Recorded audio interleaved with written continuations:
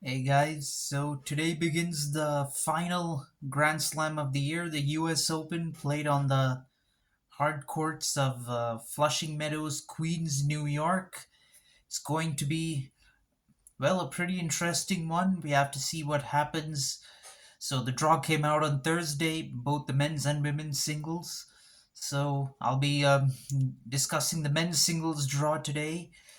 So I think the last 16 matchups are going to be Alcaraz versus Griekspor, Zverev versus Sinner, Medvedev versus Alex de Minaur, Hachinov versus Rublev, Korda versus Tiafo, Paul versus Bublik, Eubanks versus Fritz, and McDonald versus Djokovic. These are what I think the last 16 what I think the last 16 lineup is going to look like. Alcaraz has had a really good year. He won his second Grand Slam earlier this year in Wimbledon, defeating Djokovic in the final. He's also won the Indian Wells um, title as well at the Masters level, and he was runner up in Cincinnati. In Roland Garros, he did reach the semi-final as well as in Miami during the North American hard court season. He reached the quarters in Toronto in the Canadian Open, and he's coming into this tournament as the defending champion of the U.S. Open, having won last year. Hopefully, he'll have a deep run in this year's tournament. He seems to have a pretty comfortable draw. I think perhaps he's has a winning record against all the potential opponents he could face in the first round. So hopefully he'll make it through. I think Griekspor will be his opponent in uh, round four. This is a bit of a tough guess. I mean, the toughest opponent for Griekspor seems to be Cameron Norrie, who he could face in round three. But Cameron Norrie really hasn't done much on hard courts this year. He's not had such a great year.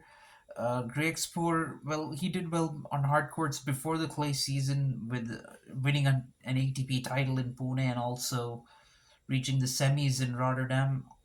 During the North American hard court season after grass, he reached a final in DC. So I mean, that's better than any of the other opponents that he might come up against in the first three rounds. So I think he will play Alcaraz in round four. Then, as for Zverev and Sinner, well, Zverev, he's had a tough time coming back from injury from the injury of last year at Roland Garros, but he's reached a few major semifinals, being in Dubai, Roland Garros, and Cincinnati recently. So I think he has some confidence going for him. Of course, he there is a big match for him against Dimitrov, but Zverev has a 5-1 record against Dimitrov, 3-1 on which includes 3-1 on hard courts. And this year he has defeated Dimitrov at Roland Garros and Cincinnati recently. So I think he should make round four. Then Yannick Sinner has also had a really good year. He reached the last 16 at the Aussie Open and he reached the quarter semis in Wimbledon. Sorry, quarter final in Wimbledon. Sorry, semis. Yeah, he reached the semis in Wimbledon. So I think, and he also won his first Masters title in Toronto. He won the Canadian Open. So he's also looking in pretty good form. Let's not forget he was also runner-up at the Miami Masters, and he reached the semis in Indian Wells. So he's really done well in all the hard court tournaments that really matter. And I think perhaps Sonego would be a little bit of a challenge in round two. That would be a tricky one, but Sinner has defeated him in Montpellier and in Halle this year, and he might face former U.S. Open champion in Wawrinka. Sinner has a 3-2 record against him though, but he's two of those wins were in Rotterdam and Indian Wells this year, so he should be able to win that. Um, Zverev, if he does face Murray, that could be a little bit challenging, but with the form, Murray actually has a 3-1 record against Zverev, but and Murray is again another former U.S. Open champion, but and he actually defeated Zverev this year in Doha, but I don't see Murray with his current form really defeating Zverev.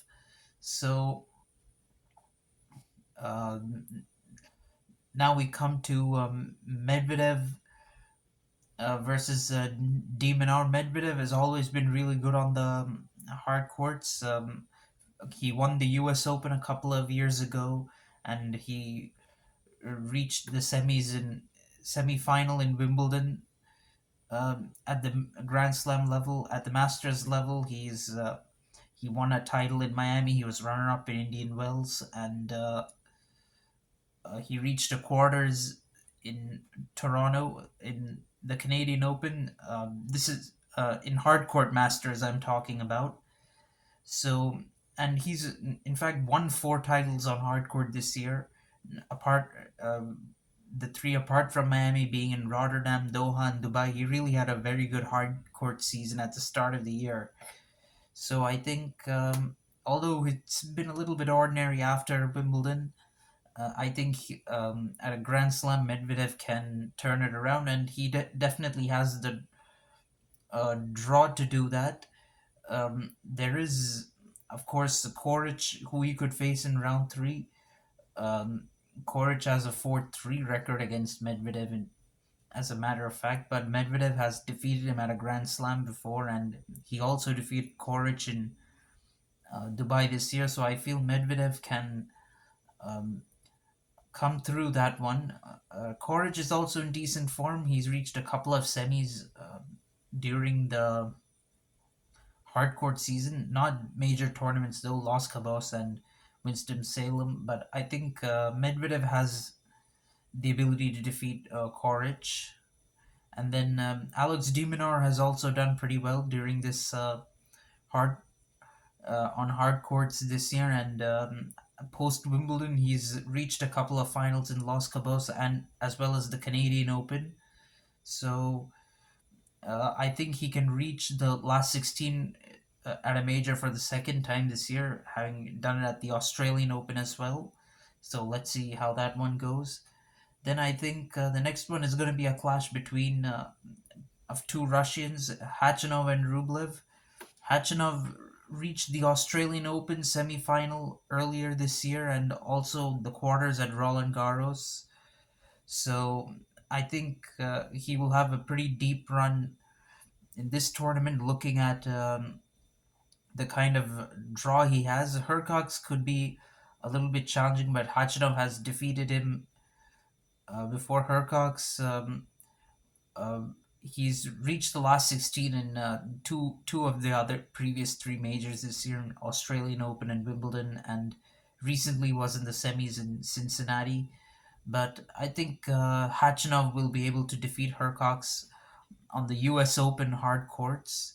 Then, of course, there's also a pretty interesting um, retirement here of John Isner. It's going to be his last tournament, and then he's retiring from professional tennis after the U.S. Open. It's very likely that hopefully he'll win his first round match against Diaz Acosta and have and perhaps he'll be done after losing to Khachanov. I think that'll probably be his round two match against Khachanov. Will probably be his retirement match.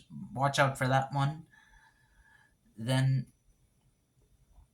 Rublev, um, well, he could have an interesting round two match against Monfils. They both beaten each other once before, but I think Rublev will win that one. He's been in a couple of quarterfinals this year at the Grand Slams in both Australian Open and Wimbledon, and so hopefully he will come through again.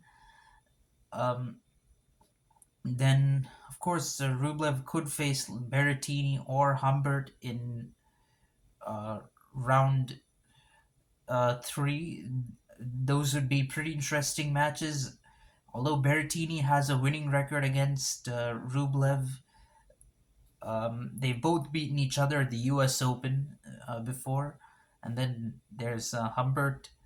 He has Rublev has a 3-1 record against him. He's won both their hardcourt matches, but I'm not sure if Berrettini will really make it through to round three. I think Humbert is a little more likely, so I would say that Rublev has a better chance of winning and making it to round four.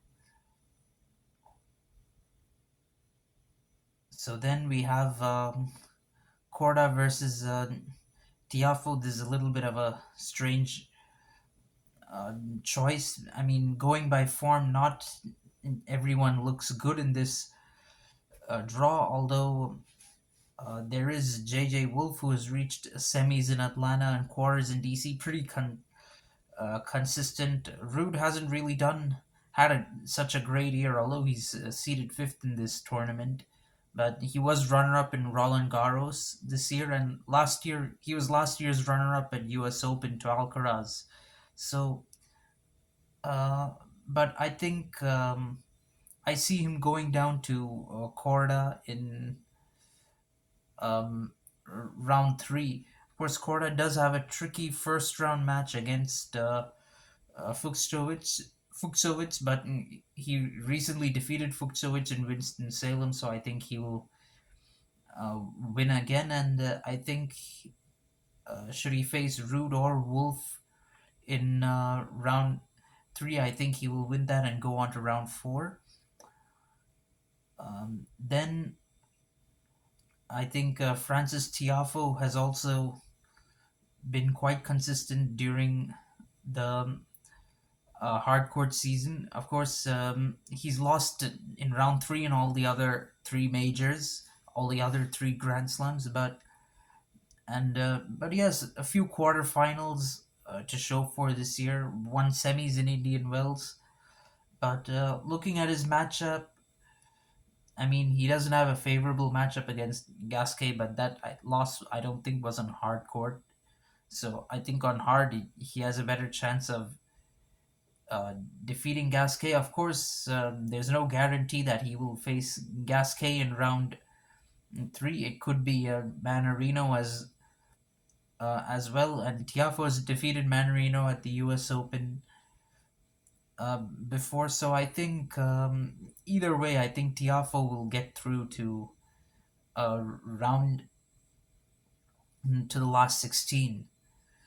Then the next one is going to be Paul versus Bublik, in my opinion. Although Rune has reached back-to-back quarters at Roland Garros at Wimbledon, and he was also in the last 16 at the Aussie Open this year, uh, I think Rune is pretty beatable on uh, hard courts. I think Bublik will end up defeating him if he gets that far.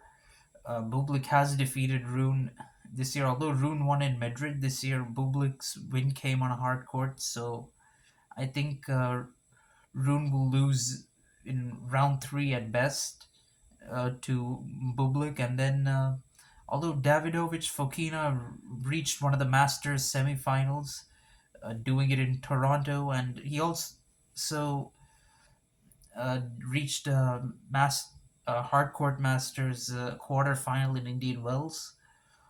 But I think Tommy Paul will defeat him in round three. Tommy Paul was a semi-finalist at the Aussie Open earlier this year, and recently reached the semis of the Canadian Open as well, and he was runner-up in Acapulco before the clay court season. So I think he's been pretty consistent enough on hard courts that he'll have a deep run over here. Let's not forget Davidovich Fokina was also a losing semi-finalist in that same Canadian Open, but uh, I think Paul is a little more has is a better hardcore player than Davidovich Fokina, so hopefully he will win and go through to round four to face Alexander Bublik.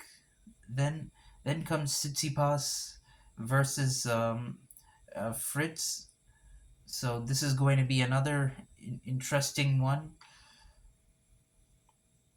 Sorry, Eubanks versus Fritz. Well, Tsitsipas is seated higher than Eubanks, of course, and Tsitsipas he's had a decent hardcourt season. He did win a title in Los Cabas post Wimbledon, and he was Australian Open runner up. He reached quarters in Roland Garros, round four in Wimbledon, but he could face the guy who defeated him in Wimbledon, which in round three this time, which is Christopher Eubanks. Eubanks has mostly had success at the challenger level, but he did reach the quarterfinal at Wimbledon, and on hard court he reached quarters in one of the Masters in Miami. That was after playing qualifiers, and then he also reached the quarterfinal here in Atlanta. So hopefully he will do pretty well, and I think he has the draw to do so. Tsitsipas, interestingly, he has a tricky round one match with Raonic, who is yet to defeat. But I think that'll change this time around, given the form Raonic, the season Raonic is having. So I think Eubanks might repeat his upset of Tsitsipas at Wimbledon, doing it at the U.S. Open. We have to keep in mind Tsitsipas he hasn't really done well at the U.S. Open historically, so I back you. I won't be surprised if Eubanks wins again. And then I think Taylor Fritz, he's really done well on hard courts post Wimbledon. He won an ATP title in Atlanta, reached the semis in DC, and then the quarters of Cincinnati. And apart from that, he's done pretty well. He was also quarterfinalist in Indian Wells and Miami, among the other hardcourt two hardcourt masters. So he's had a pretty good season on hardcourts, and I don't see too many people challenging him in uh, this draw. Perhaps Musetti is the only one. I mean, who's the seeded player? Fritz might play in round three. I don't see Musetti challenging Fritz. Then, then comes well, we're down to the bottom half of the draw. I think Djokovic, he's been given a pretty simple draw as well. I don't see anyone defeating him up to round four, and he's Djokovic. Well, he's been in all the other three Grand Slam finals, winning Australian Open and Roland Garros, and he was runner-up in Wimbledon. He went down to Alcaraz in the final, and recently he claimed a Masters title in Cincinnati. So he's looking in really good form, and I think his opponent, it's going to be a surprising one. I think it's going to be McDonald. Um, Many people might be asking me why I think that, but McDonald has defeated Felix Auger-Aliassime before. Although Felix is the one who is seeded in this draw, McDonald has reached a quarterfinal in the Canadian Open recently this year.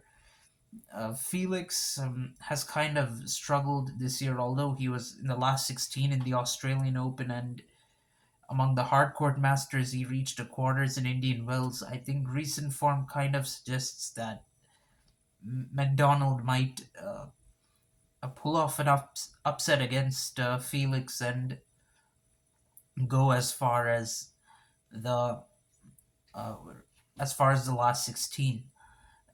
There is Sarandilo who's reached the last 16 of a major, but that wasn't Roland Garros, so I don't think that's too much to go by. So I think it's going to be a surprise last 16 appearance for McDonald. So that completes our round of 16 lineup. So from there, I think from these last 16 matches, the quarterfinals are going to be Alcaraz versus Zverev, Medvedev versus Hachanov, Korda versus Paul, and Fritz versus Djokovic.